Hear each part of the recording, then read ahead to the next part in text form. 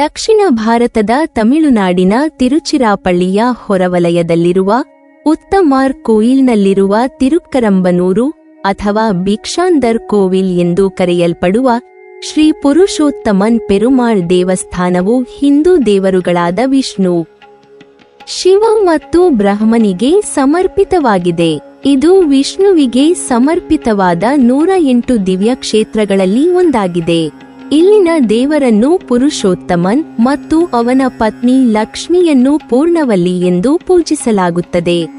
ಇತರ ಅನೇಕ ಹಿಂದೂ ಸಂಪ್ರದಾಯದ ದೇವರುಗಳ ಆರ್ಚಾ ಮೂರ್ತಿಗಳು ಸಹ ಪ್ರತಿಷ್ಠಾಪಿತಗೊಂಡಿವೆ. ದೇವಸ್ಥಾನದಲ್ಲಿ 2 ಪ್ರಕಾರಗಳಿದ್ದು, ಶಿವನ ಸನ್ನಿಧಿಯು ಪಶ್ಚಿಮಕ್ಕೂ ಪುರುಷೋತ್ತಮನ ಸನ್ನಿಧಿಯು ಪೂರ್ವಕ್ಕೂ ಅಭಿಮುಖವಾಗಿವೆ. ಈ ದೇವಸ್ಥಾನವು ಬಹಳ ವಿಶಾಲವಾಗಿದ್ದು ಮದುವೆ ಮುಂತಾದ ಶುಭ ಸಮಾರಂಭಗಳನ್ನು ನಡೆಸಲು ಅನುಕೂಲವಾಗಿದೆ. ಶಿವನಿಗೆ ಕಪಾಲಮೋಕ್ಷವಾದ ಸ್ಥಳ ಇದೆಂದು ಹೇಳುತ್ತಾರೆ. ಇದಕ್ಕೆ ಭಿಕ್ಷಾಂಡರ್ ಸನ್ನಿಧಿ ಎಂಬ ಹೆಸರು ಇದೆ. ಕೆಲವೊಂದು ಕಥೆಗಳಲ್ಲಿನ ಉಲ್ಲೇಖಗಳ ಪ್ರಕಾರ ಶಿವನು ಬ್ರಹ್ಮದೇವನ ಒಂದು ತಲೆಯನ್ನು ಕತ್ತರಿಸಿದನು ಎಂದು ಹೇಳಲಾಗಿದೆ. ಇದರಿಂದಾಗಿ ಶಿವನು ಬ್ರಹ್ಮ ದೋಷವನ್ನು ಎದುರಿಸಬೇಕಾಯಿತು. ಆದರೆ ಶಿವನು ಬ್ರಹ್ಮನ ತಲೆಯನ್ನು ಕತ್ತರಿಸಲು ಕಾರಣವೇನು ಎಂದು ತಿಳಿದುಕೊಳ್ಳುವುದಾದರೆ, ವಾಸ್ತವವಾಗಿ ಬ್ರಹ್ಮದೇವನ 5ನೇ ತಲೆಯು ಅಹಂಕಾರ ಮತ್ತು ಕೋಪದ ಪ್ರತಿರೂಪವಾಗಿತ್ತು.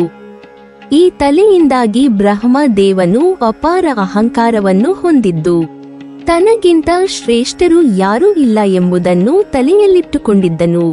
ಸ್ವತಃ ತನ್ನನ್ನು ತಾನು ಶ್ರೇಷ್ಠನೆಂದು ಬ್ರಹ್ಮದೇವನು ತಿಳಿದುಕೊಂಡಿದ್ದನು. ಬ್ರಹ್ಮದೇವನಲ್ಲಿದ್ದ ಅಹಂಕಾರದಿಂದಲೇ ಅವನು ವಿಷ್ಣು ದೇವನನ್ನು ಯಾವಾಗಲೂ ಅವಮಾನಿಸುತ್ತಿದ್ದ ಹಾಗೂ ಕೀಳಾಗಿ ನೋಡುತ್ತಿದ್ದ. ಇದನ್ನು ಗಮನಿಸಿದ ಶಿವನು ಕೋಪಗೊಂಡು ಬ್ರಹ್ಮದೇವನ ತಲೆಯನ್ನು ಕತ್ತರಿಸುತ್ತಾನೆ. ಇದರಿಂದ ಶಿವನು ಬ್ರಹ್ಮ ಹತ್ಯೆ ದೋಷದಂತಹ ಘೋರ ದೋಷಕ್ಕೆ ಒಳಗಾಗುತ್ತಾನೆ ಎಂದು ಕಥೆಗಳಲ್ಲಿ ಹೇಳಲಾಗಿದೆ. ಶಿವನು ಬ್ರಹ್ಮದೇವನ 5ನೇ ತಲೆಯನ್ನು ಕತ್ತರಿಸಿರುವುದರ ಅರ್ಥವೇನೆಂದರೆ, ಒಬ್ಬ ವ್ಯಕ್ತಿ ಎಂದಿಗೂ ಇತರರನ್ನು ತನಗಿಂತ ಶ್ರೇಷ್ಠವಲ್ಲ ಎಂದು ಭಾವಿಸಬಾರದು ಹಾಗೂ ಇತರರ ದೌರ್ಬಲ್ಯವನ್ನು ಕಂಡು ಅವಮಾನ ಮಾಡಬಾರದು ಎಂಬುದಾಗಿದೆ. ನಾವು ಕೋಪ ಮತ್ತು ಅಹಂಕಾರವನ್ನು ತ್ಯಜಿಸಬೇಕೆಂಬುದು ಇದರ ಅರ್ಥವಾಗಿದೆ. ಶಿವನು ಬ್ರಹ್ಮದೇವನ ತಲೆಯನ್ನು ಕತ್ತರಿಸಿದಾಗ ಆ ತಲೆ ನೆಲಕ್ಕೆ ಬೀಳುತ್ತದೆ. ಅದರಂತೆ ಓರ್ವ ಮನುಷ್ಯನು ನೆಲಕ್ಕುರುಳುತ್ತಾನೆ. ಇದರರ್ಥ ಶಿವನು ಕತ್ತರಿಸಿರುವುದು ಕೇವಲ ಬ್ರಹ್ಮದೇವನ ಒಂದು ತಲೆಯಲ್ಲ, ಬದಲಾಗಿ ಬ್ರಹ್ಮನ ತಲೆಗೆ ಹೊಂದಿಕೊಂಡಿರುವ ದೇಹ ಎಂಬುದಾಗಿದೆ.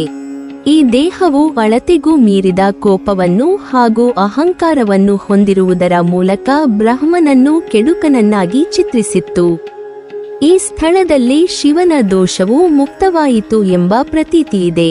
ಈ ತ್ರಿಮೂರ್ತಿಗಳು ವಿಷ್ಣು, ಶಿವ ಮತ್ತು ಬ್ರಹ್ಮನ ಚಿತ್ರಗಳನ್ನು ಒಂದೇ ಆವರಣದಲ್ಲಿ ಇರಿಸಲಾಗಿರುವ ಭಾರತದಲ್ಲಿನ ಕೆಲವು ಐತಿಹಾಸಿಕ ದೇವಾಲಯಗಳಲ್ಲಿ ಈ ದೇವಾಲಯವೂ ಒಂದಾಗಿದೆ. ಇವುಗಳನ್ನು ಒಟ್ಟಾರೆಯಾಗಿ ಅಮ್ಮ ಮೂರ್ತಿಗಳು ಎಂದು ಕರೆಯಲಾಗುತ್ತದೆ. ಈ ಸ್ಥಳವನ್ನು ಕದಂಬ ಕ್ಷೇತ್ರ ಎಂದು ಕರೆಯಲಾಗುತ್ತದೆ.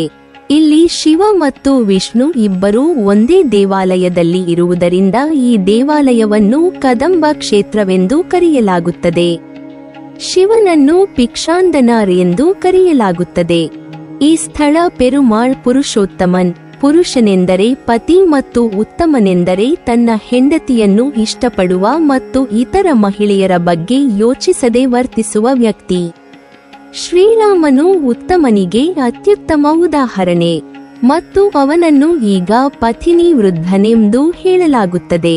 ಆದ್ದರಿಂದ ಈ ಸ್ಥಳಕ್ಕೆ ಉತ್ತಮರ್ ಕೋಯಿಲೆಂದು ಹೆಸರಿಸಲಾಗಿದೆ ಮತ್ತು ಭಗವಾನ್ ವಿಷ್ಣುವನ್ನು ಉತ್ತಮನೆಂದು ಕರೆಯಲಾಗುತ್ತದೆ. ನೀವಿನ್ನೂ ನಮ್ಮ ಚಾನಲನ್ನು ಸಬ್ಸ್ಕ್ರೈಬ್ ಮಾಡಿಲ್ವಾ? ಹಾಗಾದರೆ ಈ ಕೂಡಲೇ ನಮ್ಮ ಇತಿಹಾಸ ದರ್ಶನ ಚಾನಲನ್ನು ಸಬ್ಸ್ಕ್ರೈಬ್ ಮಾಡಿ ಮತ್ತು ಪಕ್ಕದಲ್ಲಿರುವ ಬೆಲ್ ಐಕಾನ್ ಅನ್ನು ಪ್ರೆಸ್ ಮಾಡಿದರೆ ನಮ್ಮ ಹೊಸ ವಿಡಿಯೋಗಳನ್ನು ನೋಡಬಹುದು.